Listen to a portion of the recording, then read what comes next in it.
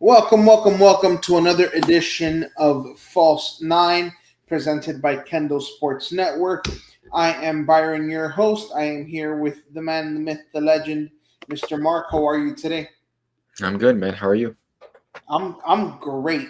We have a great show coming up, and I figured out a way to once again Derail us? derail it at the end. I hate you. I feel like I love coming up with derailments. Why? What I live for. All right. Okay. Good show. We'll dive right into it. Um, Inter Miami Club World Cup debut. They open it up. Before we jump into the game, thoughts on the pregame ceremony? Uh, I don't know. I mean, it's all for show, and I get it. It's cool for the fans, traveling all over, but every tournament gets a little spectacle, so I had no problem with it. I thought it was terrible. I mean, if you really analyze it, sure, you can say it's terrible, but I loved the Champions League ceremony. that Did you? I do. I mean, you can't like the Champions League ceremony, the World Cup pre-game match ceremony. Yeah, they're all Well, probably bigger than the Club World Cup ceremonies, but yeah, because they it's had Lincoln Park. what it is. It's whatever. I don't even know who the people were in the Club World Cup one. Listen, I don't go for the. I don't watch the game for the pregame ceremony. I bet you if it was Shakira out there, you would have watched. Probably wouldn't have cared. To be honest, I probably wouldn't have cared. I would I have mean, watched. halftime shows in the Super Bowl don't even get me excited. So You're right. It doesn't, except if it's Shakira and J Lo that broke the record for most FCC complaints. I get I get excited for whoever bangs the drum at Panthers games in the playoffs. That's what excites me. Okay, But so let me ask you a whatever. question then. For all the games, Playoff games. because did you get excited for Jason? No. Okay, so because every single time a Dolphin player 0-7. 0-7, 0-7. except for McDaniel. McDaniel's a coach. Keep that trash franchise away. What did you think about Stromboni banging the drum? Luongo? Yeah, you didn't know that was his Twitter name, Stromboni? I don't think so. Okay, Um, yeah, his Twitter name Loved is it. Stromboni. I mean, that's who everyone wanted. Won it in Game 7 last year. Bring it again this year. Is it He's it it's should it's always be. perfect. In a It closeout should game, always be should always that. be him. No, Closeout game should always be him. okay, yes, but it should always be. A Panthers alum I think so. in some way for one of those important games. A fan favorite. Like, okay, bring Van Beesbrook back. Bang Okay. that drum. Let You Goldie bang the drum. which one? Goldie. Steve Goldstein. Okay, yeah, there you go. What's this guy? Bill Lindsay. He's on the broadcast. Have Keith him bang Yandel. the drum. Bring back Keith Yandel. Bring back Scott Mellenby. Huh. All right, this is Inter Miami, bro. What are we doing here? Listen, we are here to honor the back-to-back Stanley Cup champions. We celebrated. I went to bed. I woke up, and they were just getting to the elbow room to start partying. I don't know with what energy. I mean, I was tired, and I It, slept the it, whole. it, it's good energy around South Florida right now. Yes, I tried to go grab a pot and pan and go out on US 27, and there was nobody there. It's not quite La Man, you're Carreta. you're almost in Tampa territory. All right, so Club World Cup, Inter Hmm. Miami. We went over the pregame ceremony. It was trash. Okay, what did you see? Any surprises in the pregame lineup? No. I think it's pretty much what was going to go through. Um, Probably maybe Ian Frey starting for Jello might have been the most surprising one. That was one that I was But going to bring up. um, it was a Surprised to see strong lineup Alias. considering. Huh? Were you surprised to see Aviles? No, No. it wasn't. I felt it was our strongest lineup considering the injuries we had and our first game opening the tournament for the Club World Cup against an international team, a team that there's been a lot of noise around just because of how they play, how quick they are. And you kind of saw that in the first half with Inter Miami being a little bit slow, and then Al-Alhy really trying to find pockets of space and play counterattacking football out through the wings and things like that. And their pace was a bit at times was could be noticed. Um, Yes. uh, but and then we got to give credit to the first or the game that Ustadi had, and we'll start with the first half. In the fourth Yes. minute, there's a penalty given, and he makes a save, and he gets the rebound. He makes another save on it, a slow shot on the second rebound, but nonetheless, he showed out on the biggest stage for Inter Miami, and when the world was watching. I give him all the credit in the world. All of it. He made the stops. Hmm. Besides the penalty, Hmm. he made the stops, but none of them were None. It wasn't challenging stops, but correct. maybe there was one off a corner that he made a quick reaction save on. But he felt comfortable. It never felt like he was The out of moment wasn't sorts, too big which for him. exactly, and we've kind of seen that from him, where the moment may be a little bit too big, or not. I don't say the moment too big, but against Vancouver in that first leg, that uncertainty of coming out for the ball on that first cross, and then that leads to a goal, um, an away goal at Vancouver. Some shots going in against Orlando that shouldn't have gone in, against Philadelphia possibly. So it's good to see that performance by him in the stage that it was at. Um, the FIFA president was there, and all those celebrities, and the first Club World Cup game, and there's a lot of people are gonna say, oh, there's no pressure, and he's 39, he's played in World Cups, and he's played in the. So a little bit of pressure at that age, wanting to show up for your club, for your country, not let your team down, especially when you had a little rough patch leading up to this tournament. Kind of culminates Inter Miami. Just there's a rough patch, but they're able to fight through it, and that's kind of what it was that first half. Trying to find some semblance of patterns of play. Um, and then the second half was a little bit different, if you ask me. What did you notice in the second half? Felt Miami felt a little more open. Trying to really go forward, attacking football, attacking minded. The subs that it was noticed when Fafa Pico really came on and was able to provide that kind of spark off the bench, which he's known for. I think he should be getting a lot more playing time um, going forward. And then you have Messi trying to make magic, off a free kick. Then he had opportunities late at the end, with Falcon missing a little header. Uh, Messi almost wins the game at the back post off a pass off a quick corner. So it was an exciting game in that second half, and it felt more like Inter Miami football that second half. Thankfully Toto did not get sent off, because there were multiple occasions which he could have been sent off with And being on a yellow already. that's And why I felt that Mascherano managed that pretty good. That scenario, and moving Frey to a center back position and bringing on Jello, who had a fine game. Both right backs had a fine game. so I was surprised to see Aviles Hmm. because I figured he'd get a yellow at some point. It Hmm. was terrifying when the yellow came uh, relatively early, Yeah. and I knew he had at least most of the half, if not most of the game left to play. And Hmm. I mean, there were moments where I was like, "Do you not know that you have a yellow? What are you doing?" Yeah. Um, I thought that for the first 40 minutes, I think we were dominated pretty much. It, it Al-Alhy, felt it felt in a sort it felt like that. Um, I You can keep going. I no, just no, want that we got no, no, dominated. no.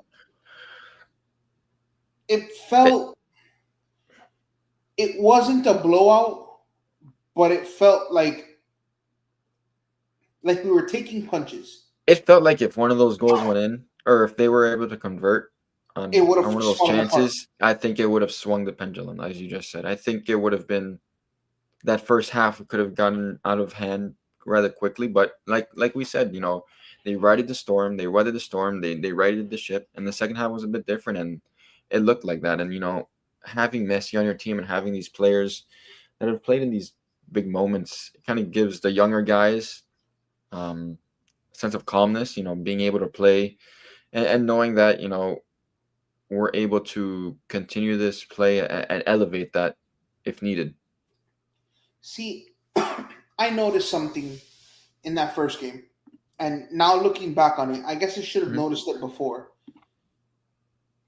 So the difference between last year's team and this year's team, right? Hmm. Last year's team much more composed during the regular season, Hmm. much steadier than this year's team. And look at the guys who left.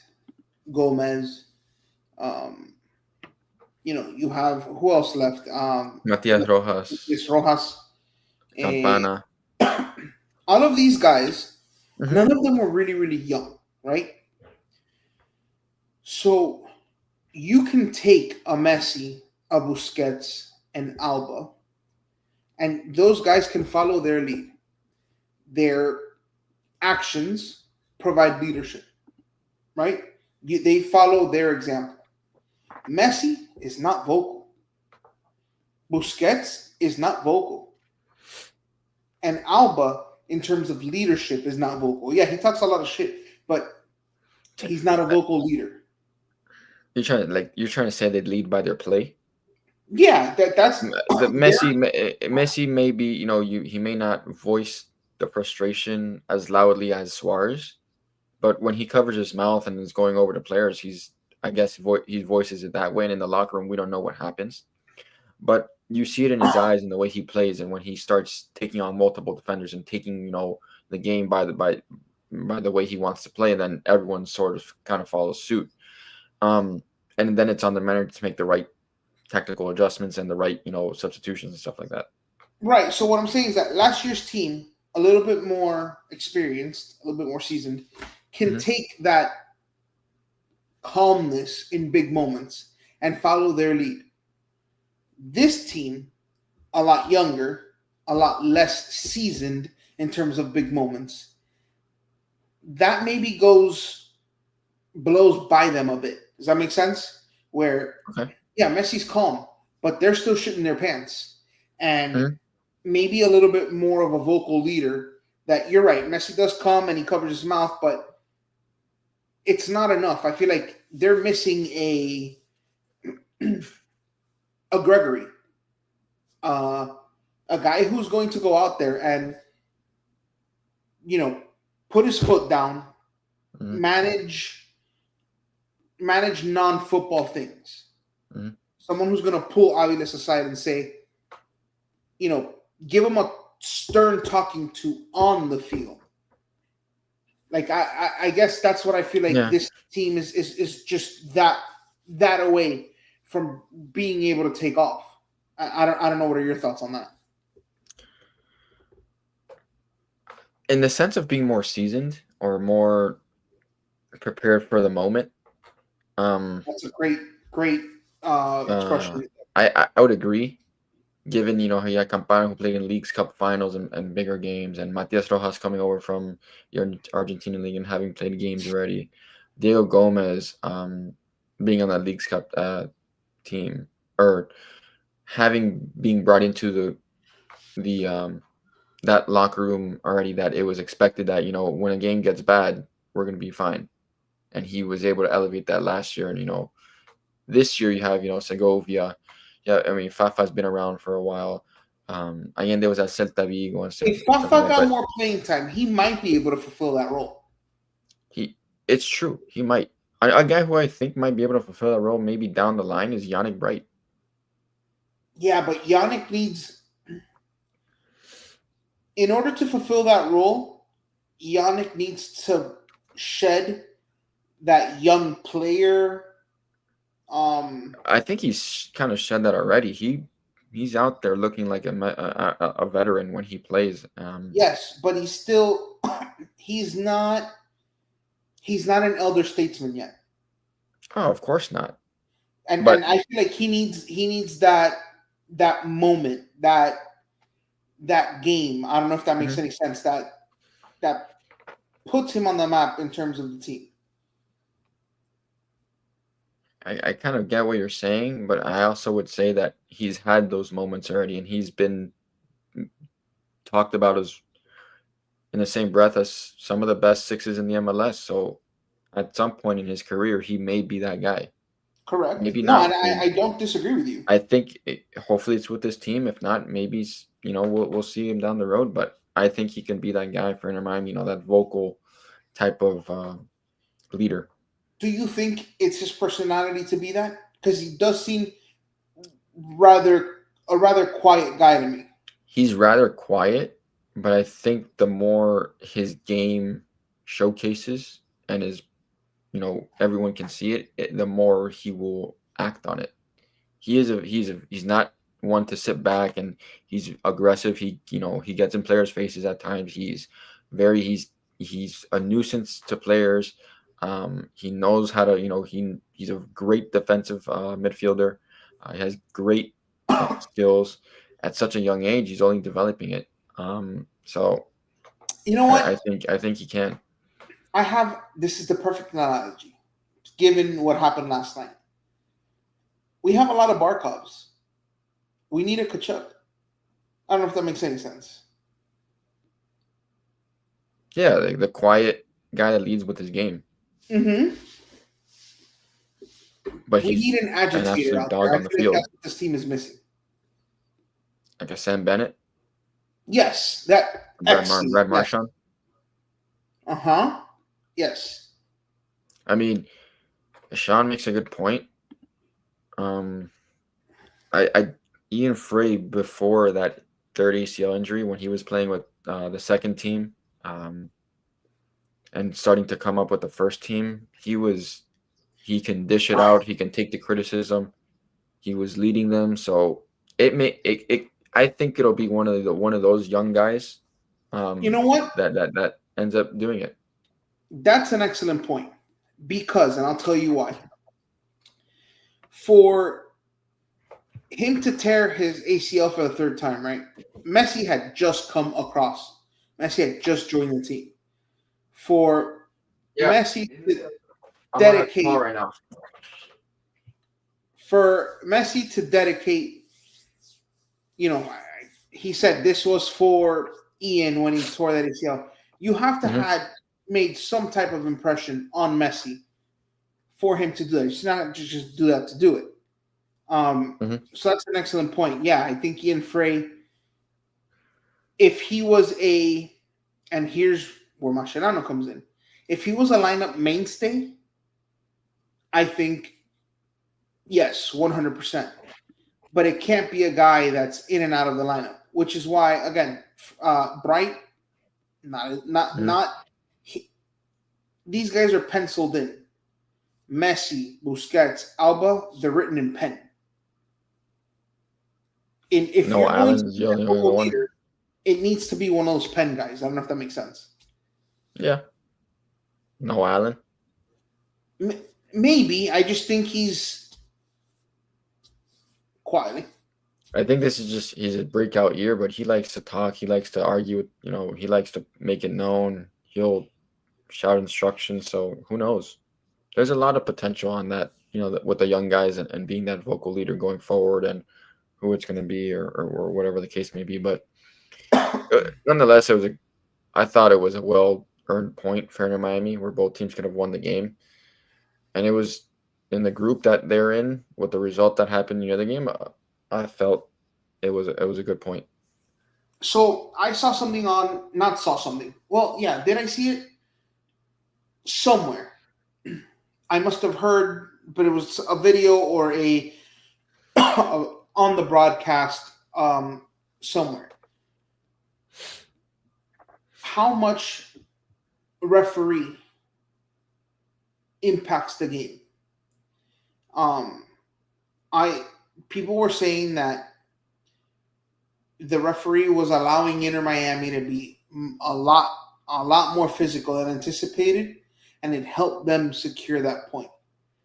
People were saying that in the other game, the Porto Palmeiras game, Hmm. if someone breathed incorrectly, a foul was getting called, and that favored Palmeiras over Porto, and that's why Palmeiras was ever able to get a point. Hmm. With us playing Porto on tomorrow at 3 p.m. Eastern, which I'm gonna have Hmm. to. Uh, if my boss is listening, I'm sorry. I'm gonna watch it during work. What do you No, think? if it's a physical game, it Correct. favors Yes. Inter Miami. Okay. I- If it's a physical and game allowed to play, and as it was last game,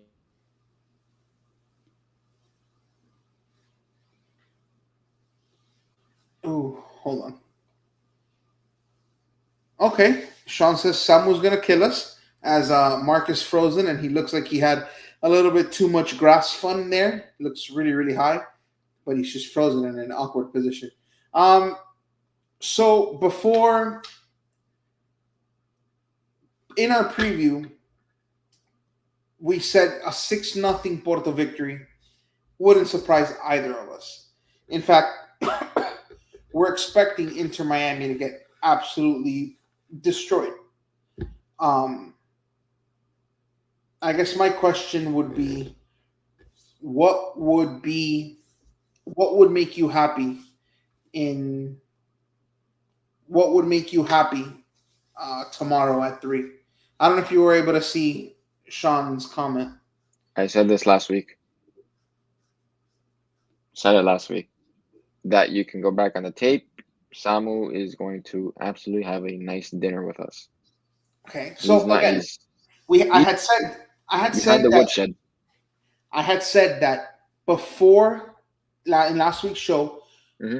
You said that you expected 6-0, and It could it be wouldn't like that. surprise you. Yeah, it would not surprise So me. the question is, what would be respectable to you tomorrow at 3 p.m. or at 5 when the game ends at 5? What would be respectable to you? 2-0, 3-0. Okay, If 3 we're nil able is to your play, yeah. if we're probably able to play, um, our game. I mean, I just don't know. They didn't start Costa last game in goal. If Costa starts in goal, he's a great keeper. Um, for Portugal, I don't know. This Ask will Spain. be, huh? Ask Spain. Yeah. Um, I don't know. It, you know, people are starting to see that maybe they can get a point off this. Maybe this is a game that Remy can win. Anything can happen. It is a Club World Cup, but I just don't see those guys letting up on us. Um, LAFC did lose 2-0 to Chelsea FC. Probably Chelsea maybe as equal or better side to Porto. So we'll see. Botafogo beat Seattle 2-1. And this Um, is a great segue to so exactly what I was going to say. Bayern, Benfica, Borussia, um, Porto, PSG, all these big clubs, right? We know what they are with their brethren because of UEFA, the Champions mhm, League, because of all these things, right? mhm. Palmeiras, Botafogo, Boca, eh, Monterrey Flamengo, tied Inter yesterday. Fluminense, and that's where I'm getting at. You are seeing, for example, I saw a Botafogo team that absolutely mopped the floor with Seattle. The Mhm. fact, I mean, in the first half, in the second half, Seattle had a much better half, but um, I saw a Boca that was absolutely not 1 ounce scared of the fact that they were playing Benfica. In fact, it felt like, who the f is Benfica, Mhm. right? Like you said, um, who tied Monterrey tied Monterrey Inter tied Milan. Monterrey. The fact that they were not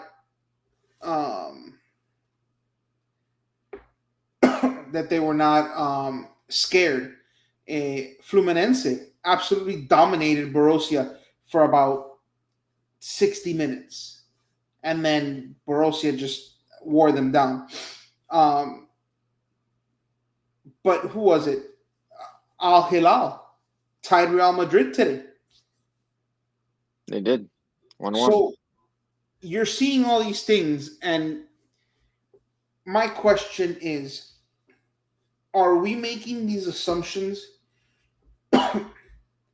based on the panache or the cachet that the name carries? Or is this Club World Cup this version of it? Not the old version, this version of it. Really showcasing just how strong leagues outside of Europe are.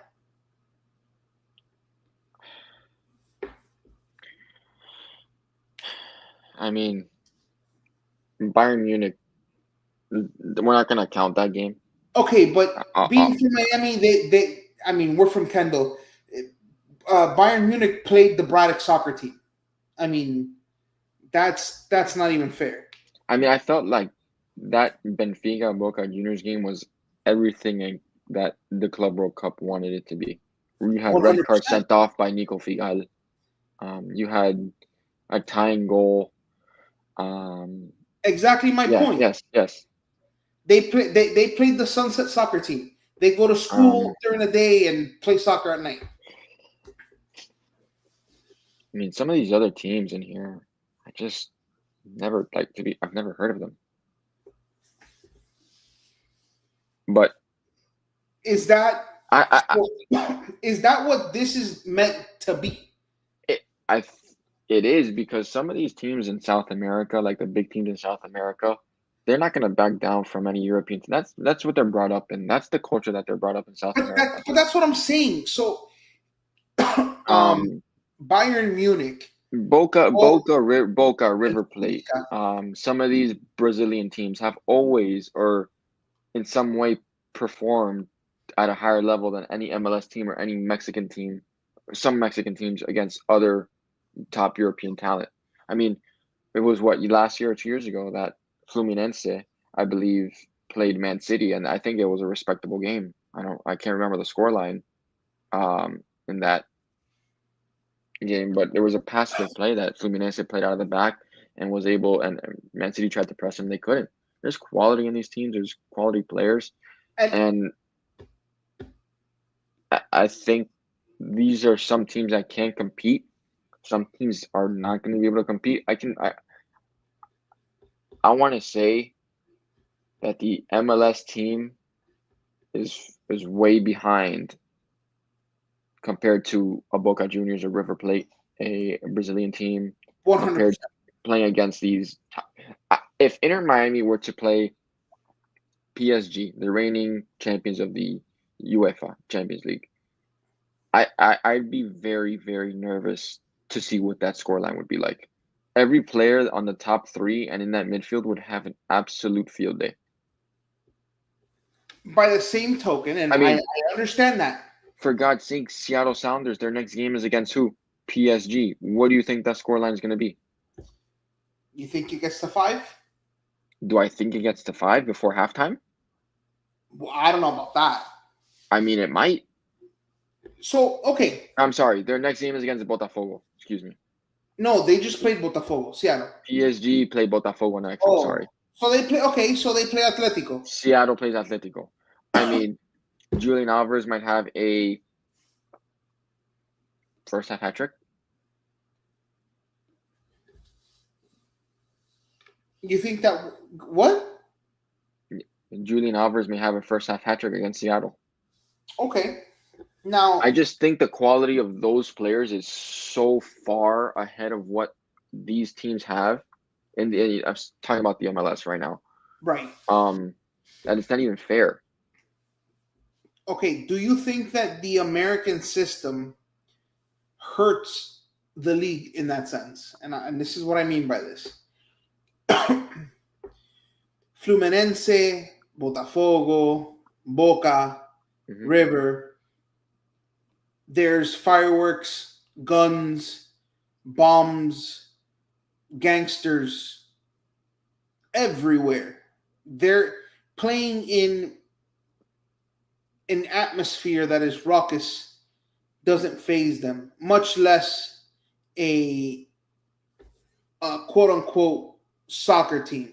Hmm. Um, Here in the U.S., you have all these players that are coddled because of the league.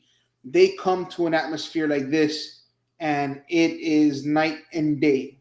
And I know that we get college football atmospheres, we get, um, but the soccer player here never faces anything close to anything remote to the adversity that all these guys face. And I'll put up Sean's comment here again.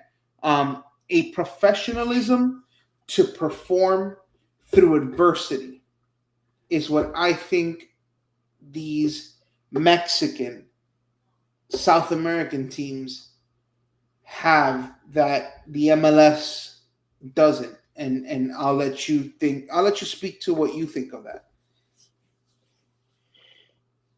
Um, I think the MLS is so Americanized in the sport culture of the stadiums and all these things that I don't think it'll ever compete with. People are gonna bring up, oh, we can fill a stadium with 82,000 people. Sure, that's how many were at the PSG Atletico game or whatever in the Rose Bowl.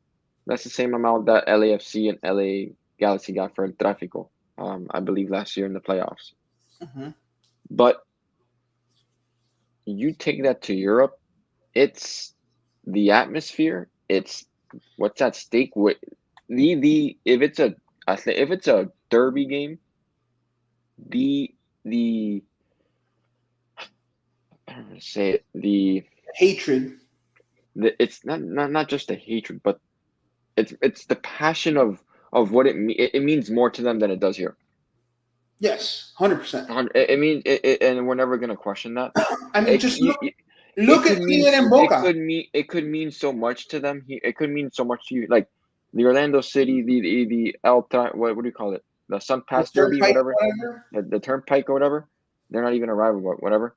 Um, that to me is okay. Yeah, they're a rival. I want to beat them. It's fine. I want to beat them. I never want to lose them. But you go Manchester City, Liverpool. You go to the Tottenham, Arsenal, North London Derby. You go to the Clásico. You go to El Clásico. You go to Atletico versus Madrid. You go Boca Juniors versus River Plate. It That's what I is was gonna say. nasty. You need the army to go in It is there and be able to nasty. control the crowd in the River versus Boca. And here's where yes, but I disagree. FSU Miami is child's play compared to the Miami Notre Dame. atmosphere in the Bombonera. Yes, Well, yes, but because it's our version of it. it's It's our it's it's like he said, it's instilled hatred at your birth, just like I hate Notre Dame. Miami fans hate Notre Dame. Miami fans hate the Florida Gators. Miami fans hate FSU. yes, It's what it is. yeah, but it's that on steroids though. Yeah, yeah, we know that. I mean, we're never gonna question the how uh, big that game is, or it's circled on every calendar the day the schedule comes out. Do you It's think that scheduled on every hurts? calendar here too. Do But you think that hurts the performances in games like this where Boca experiences that every year, maybe twice a year? They come and they play Benfica and they're like, whatever. no, Whereas Seattle I comes think and it they're like, helps. oh my God, it's Benfica. Yeah, it help. I mean, it helps those teams that have played in that situation, and it hurts the opposite. Yeah, Of course, it's gonna help Boca Juniors more than it's gonna help Seattle Sounders play against Benfica.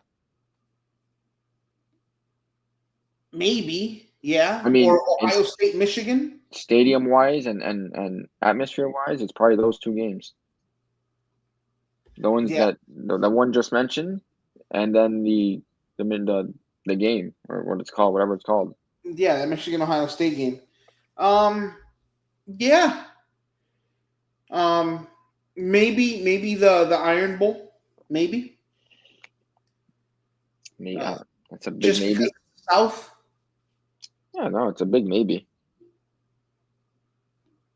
But yeah, that's something that I was looking at. I was like, what you noticed? These South American teams, these Brazilian teams, are much. Yes, we all of us feel that way. these these leagues, their top teams are stronger than most would have anticipated. You're talking Like about like the Sean Argentinian said, league and the Brazilian yes, league. like Sean said, maybe you bring San Lorenzo, and it's not the same as a Boca and a River. Um, you bring, I don't know, Cruz Azul, and it may not be El America and Monterrey. You got me? Hmm. It may, it may, there might be a dip, but I think that you're looking at name recognition as opposed to, you know, actual football ability. Like I look at this, and Juventus isn't someone that scares me in terms of if they played a Argentinian or Brazilian team, I could see them lose, and I wouldn't bat an eye. Hmm. Does it say more of Juventus's form, or does it say more of the team that they're playing against? I don't know what Juventus's form is, to be honest. I think that there may be a bias towards the Serie A just because it's Italy, as opposed to the Argentinian league. Hmm. That just because you come from Serie A, well, they're gonna win. And look at Inter. They played Monterrey, and all right, next. There isn't They a, play tonight, yes, they do. Mm-hmm. so I mean it'll be interesting what's seen. Okay, and now for my favorite part of the show. You Stop ready? it! Oh, really? What are you doing? We're going to Yeah. derail. No. Yes, we're going to derail the shit out of this. We played Trinidad and Tobago, the U.S. men's national team. Why? 5-0. Whatever. Played Trinidad and Tobago. Here's where I go. Dominican Republic gave Mexico everything they wanted and more. Um, Guatemala beats Jamaica. Canada mollywops Honduras, and it wasn't even close. Um, what's the other team?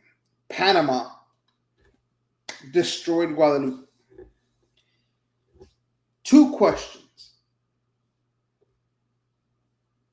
Does Saudi Arabia beat the USA? Question number one.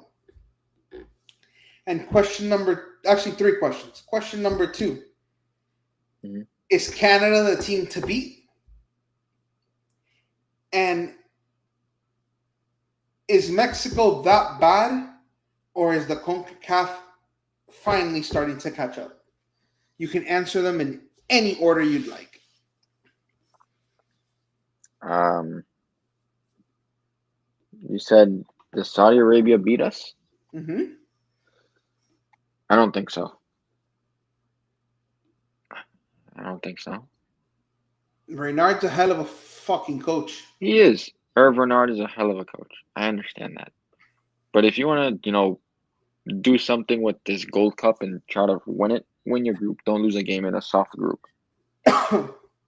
They're all supposed to be soft groups. It's the I know. CONCACAF. I understand. But at the end of the day, we're the U.S. men's national team, so it can't be taken lightly.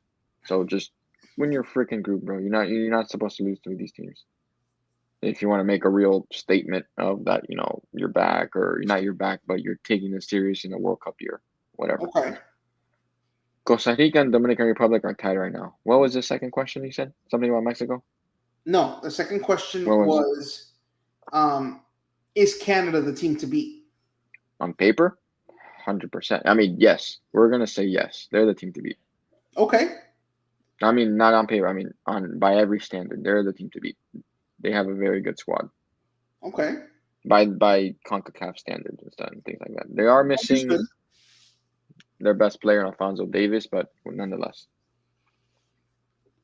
The third question Mexico. is was the Mexico Dominican Republic game? That's another good question. We'll get to that now. In the Mexico Dominican Republic game, is Mexico that bad, or is CONCACAF finally starting to catch up? What do you mean is CONCACAF starting to catch up? So it used to be 5 teams and utter ass. Is it now Yes. starting to be 3, 4 top teams, 5 competitive, 6, 7 competitive teams, utter ass, everything else?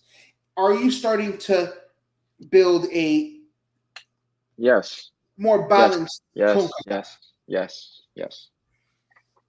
Yes. Okay.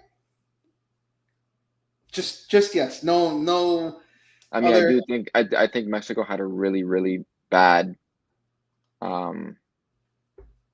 And that's the 5 that I was talking about.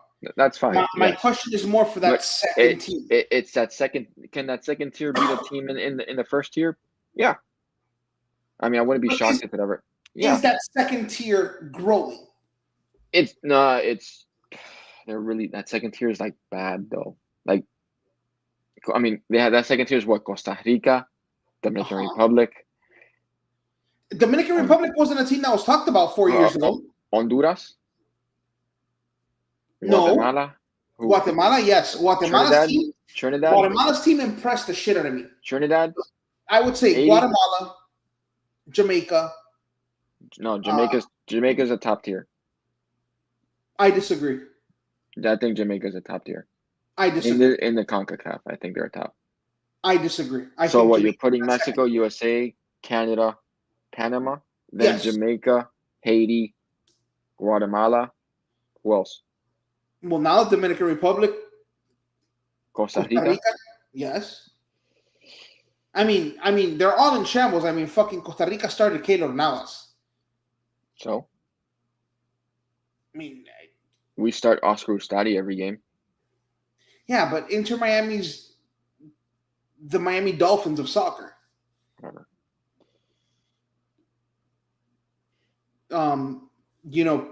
There isn't.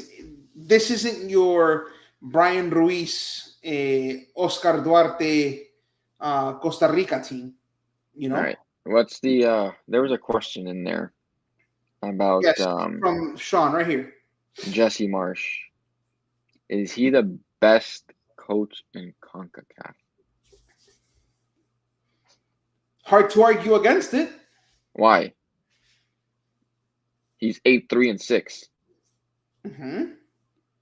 In 17 matches with a 1.6 expected points from matches with a 47% win percentage. With that Canada team, he should not lose a game. I understand. My question is, I'm trying to find other. Hold on. Give me a second. Who in CONCACAF are you going to put above? I'm not saying that he's the greatest coach ever. I'm not making that point. Of course not.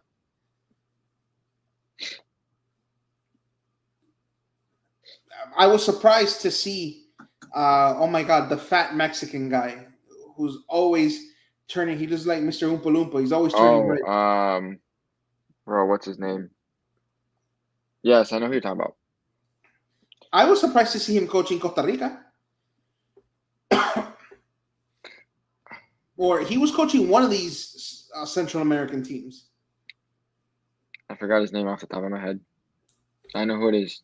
Miguel Herrera. Sure. Yes, but they call him. He's got a nickname, and it's not Oompa Loompa. But I mean, by that, yeah, he's probably the best coach in CONCACAF compared to everyone else. It is Costa Rica, okay. He's the best coach. Javier Aguirre, 7-2, 7-1-2 with a 70% win percentage in his 10 games with Mexico. Could be argued it could be him. But here's the thing: I don't think any of these teams are going to do anything in the World Cup. You know that, right? Wait, what? Say that one more time. I don't think any of these teams are going to do anything in the World Cup. No, I.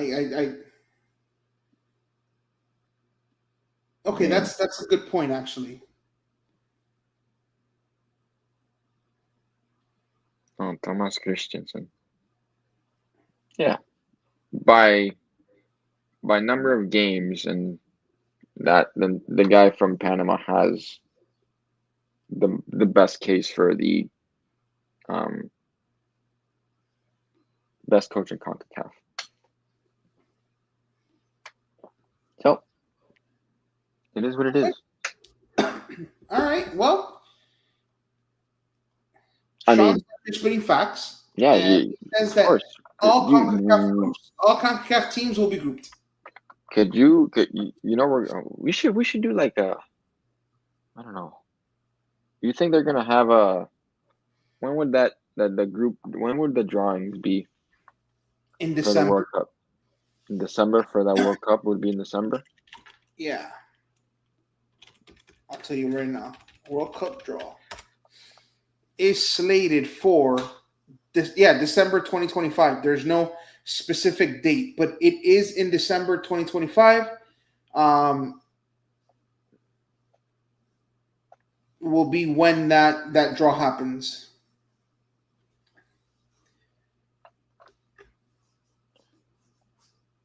No, listen, I agree. I think that Off talent alone, then it's Canada. It's Jesse Marsh.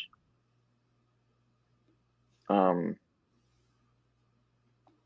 he's got the best talent pool right now for the Gold Cup. Um, I think the U.S. has overall probably the better players. They just don't play well with each other. They don't play. They don't care. That's the thing. Some of these Canadians do care, but it wasn't really a thing in the World Cup for them last time because they didn't really do anything. yeah, that was terrible. I mean, everyone was expecting to be a dark horse. I was like, are we watching the same team? Do we know who we're talking about here? Well, I mean they played they played well during qualifying. They really did. You can play great during qualifying. You can play amazing during qualifying. It all comes down to the tournament, and we know that. Your Yes. first game is going to say a lot. Your second game is going to say even more because that's when the rope starts to thin out. That second game, if you're grinding for a win or a point, you better show out that second game. It is what it is. I mean, CONCACAF teams are not. I mean, unless we get, I don't even know. It's too early to think about what teams or what groups or anything like that. But whatever. We can do a thing in December around the World Cup. Okay. All right. Anything else after I've derailed the show? And thank you, Oh, Sean. Sean's always helpful in helping me derail the show. I love it. this was a good derailment of the show. I think so. I think Wait, we we play at what time tomorrow? It says 9:15 p.m. Oh, that is overseas time. Excuse me. yes, it is a 3 p.m. game. Start. Where are we playing at? Oh, Atlanta. are we? We are playing in Atlanta at Are 3 you p.m. sure? Yes. Are you sure about that? Yes. Why does Foot Mob, or why does this tell me? Oh, that we're playing at Hard Rock? brother. We're talking about two different teams right now. Talking about Wait, the who you USA. I was talking about U.S. men's national team. I know we play at 3 o'clock tomorrow in Oh, Miami. U.S. sorry. plays at 9. Yeah. Okay, yeah, they play Thursday at You're 9. Yes. thinking. You here had me confused. You derailed the show. You confused me, and now you don't want to help me. Sorry about that. Yes, we play Saudi Arabia at Okay. 9:50 All on the right. West We got a Coast. double dose. We got a double dose of football for Miami. Yes. So okay, we'll figure it out. Yeah, it's gonna be great. All right. Anything else before we get out of here? No, Panthers going for the dining for the three-peat next year, and I'm all for it. Well, we got a lot of housekeeping to do before that. Um, a Figure it out, bald Bill Zito. I gentleman, trust him. listen, a bald gentleman by the name of Sam Bennett needs to stay in that Panther jersey, and the person everyone loves to hate also needs to stay in that Panther jersey. Yeah. Mr. Aaron Ekblad. Wow. I thought you Every meant Brad Marchand. No, everyone loves Brad Marchand. He played phenomenal, but Oh, before I thought you said everyone loves to hate. I hated that guy in Boston. no, yes, no. Once he became a Panther, but I'm talking about as a Panther, everyone loves Ah, to hate on Aaron Ekblad. true. So I'll bring even him though back. everyone hates on Aaron Ekblad, I think he needs to stay a Panther. Him and Sam Bennett. If Marchand takes a discount, bring him on. But yeah, three-peat. Like I said, I tried to do pots and pans, but it's just not the same. It's not. All right. All right. Anything else? I'm good. All right. Well, for everyone here at Kendall Sports Network, thank you for tuning in to False Nine. We will see you guys again next week. And Sean says there's 19 million in cap room. So yeah, but there's a lot of people that need to resign. I think we can figure it out. Well, supposedly there's a huge raise to the salary cap next year. If oh my God, what's his name? Is it Viola? No, Viola's the owner. Mm-hmm. What's the GM's name? Bill Zito. If Bill Zito can give a wink, wink, take a 1 year deal, and then we'll pay you multi-year next year, I think we are a dynasty. But we'll see. That's All right, guys. We'll see y'all next week, and have a great week, everyone. Later, guys.